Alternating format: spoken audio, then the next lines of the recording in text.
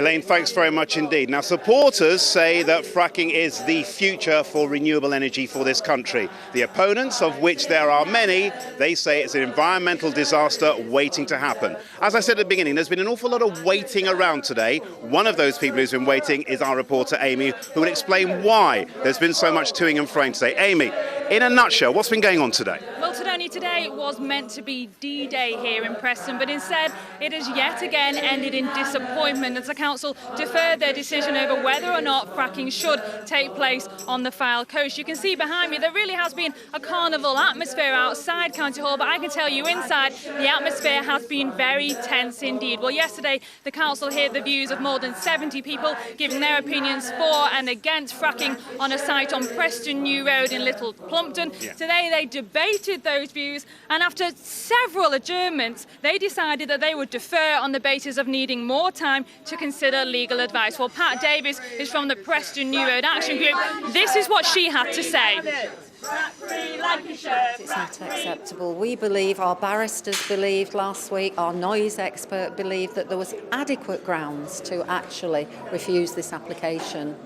The very fact that the council seems divided in its approach and its judgment on this means that they too have reservations about this. What we need though is closure. Free Lancashire, frack-free planet. Well, this isn't just about two fields in Lancashire, Tony. What happens here will have implications across the whole of the UK. But America is somewhere where decisions like this are made in a matter of weeks. Earlier, I spoke to a man who's all for fracking, so much so he's known as the Frack Master. This is what he had to say.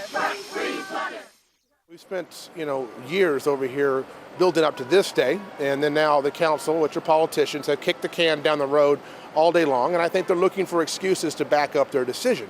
Now, that decision, I hope, will be that they're going to approve the fracking permit from the first site, but they're looking, as politicians do, for a reason to sort of, cover their basis, if you will, and I think that's to be expected from politicians.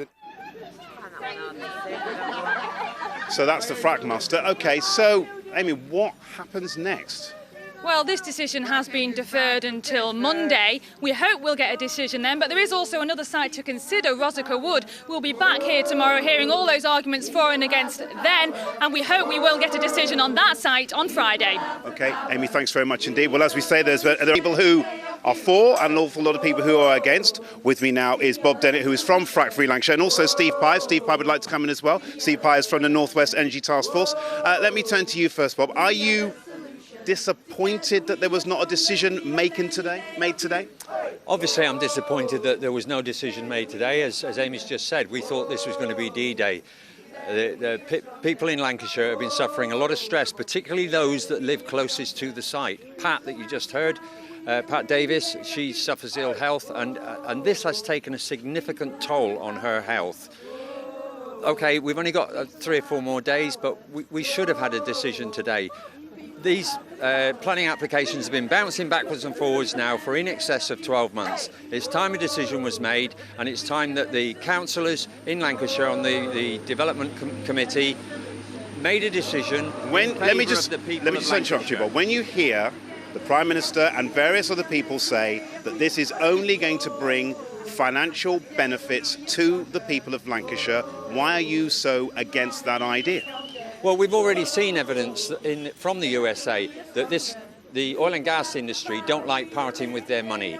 They promised that there would be £100,000 benefit for each fracked well to the community. Well, they've redefined, under the Infrastructure Act, they redefined the definition of fracking. So we can only assume from that future planning applications will say that they're not going to frack because they're going to use less water. Let me just bring Steve Pye in a moment there, Steve. What are your thoughts about the decision today, or the lack of a decision today? I'm proud to say we've got a democratic country and we follow a legal process. So until that legal process is ended, and we follow the democratic process for a decision at the end, rightly or wrongly, we've got to abide by that. But you would like a decision where fracking goes ahead, I am guessing. In front of all these people right behind me, you're asking me the question. I have to ask you that question because you are the man in the suit. I do. I'm guessing that's your answer. I'm supporting safe and responsible shale gas exploration. And at And this the- moment, and you're- at this moment in time, this is exploration. And application. what benefits do you believe it will bring to the people of Lancashire, which all these people here don't? The benefits: more jobs, third-party supply chains, better training, and we'll just lift the local economy. So By how much, though? By how much? I'm not an accountant, I'm not a mathematician, but if you want to look at another place that has similar benefits, have a look at Aberdeen and what it's done for Aberdeen. Okay, what do you say to that? What's it done for Aberdeen? We're not talking about conventional gas extraction here. We're talking about fracked gas. We're talking about gas that we don't need because, as Steve just mentioned, we've got Aberdeen. There is plenty of gas offshore to keep this country running for a couple of hundred years.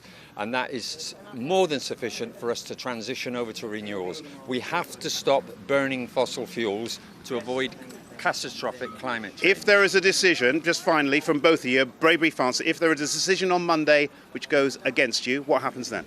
We keep fighting. We keep on fighting. Okay. And Steve, to yourself. Please, guys, please. If you can answer the question, Steve, briefly. If it goes against us, then we just carry on fighting. Okay. From both of you and from everybody here, thank you all very much indeed. From County Hall in Preston, back to you in the studio. Elaine.